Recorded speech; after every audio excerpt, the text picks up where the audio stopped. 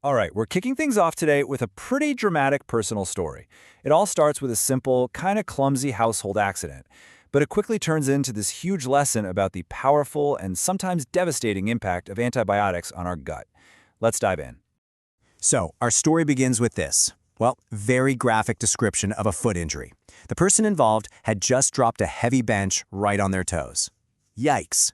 The injury was so bad it actually needed a small operation. And of course, with that operation came a prescription for a powerful antibiotic. And that prescription? Well, that's where everything changed. So you've got this smashed toe, a routine antibiotic to prevent infection, and suddenly, two of the world's leading gut health experts are seriously concerned.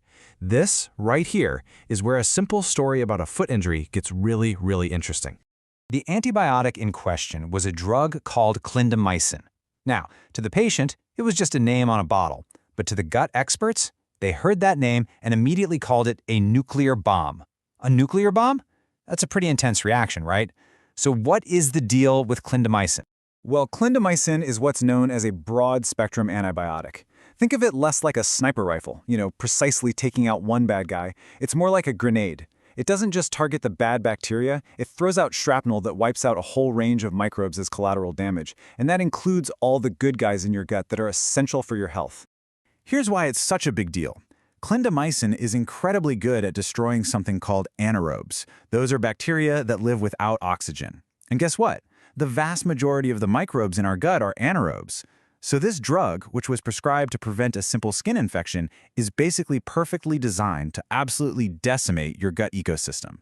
This is exactly why it's the #1 antibiotic linked to a really dangerous gut infection called C. diff, which is a superbug that can cause severe inflammation.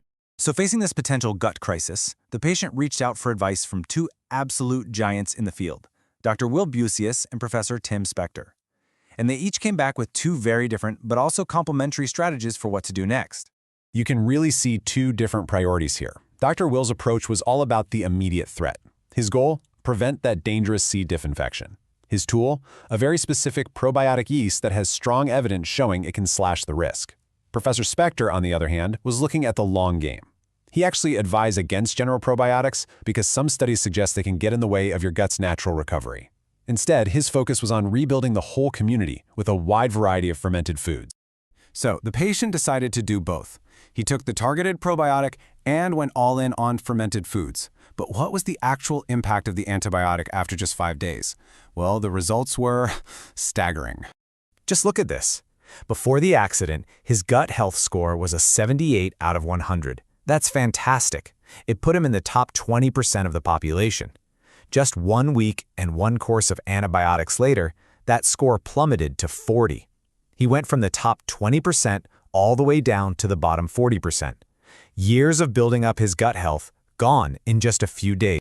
And when they looked closer, the data revealed something even more shocking. The antibiotic had eliminated 80% of his beneficial gut microbes. I mean, let that sink in. In just 5 days, 4 out of every 5 of these crucial little allies were just gone.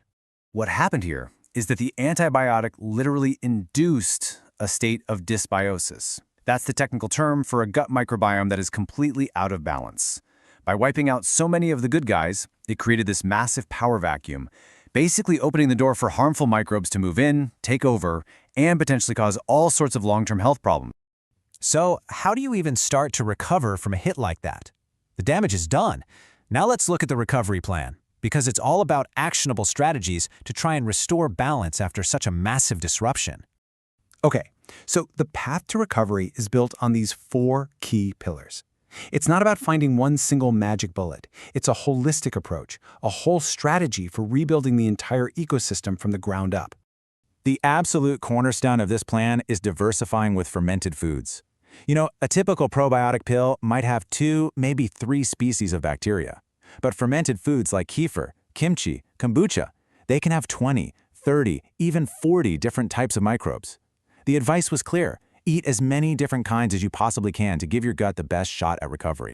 Now, the next 2 pillars are really just 2 sides of the same coin, and they make perfect sense. First, you have to feed the good microbes that survived. And what's their favorite food? Fiber from a ton of different plants. At the exact same time, you have to starve the bad microbes. You cut off their fuel supply, which means limiting sugar, artificial sweeteners, and ultra-processed foods. You're basically creating an environment where the good guys can win. This whole personal story just raises a much, much bigger question, doesn't it? How should we think about antibiotics? I mean, does this mean we should just avoid them at all costs? Well, the answer is a definite no. It's a balancing act. It is so important to remember that antibiotics are one of the greatest medical inventions ever. They have saved countless lives, and they've dramatically increased how long we live by fighting off deadly infections. They are an absolutely essential tool.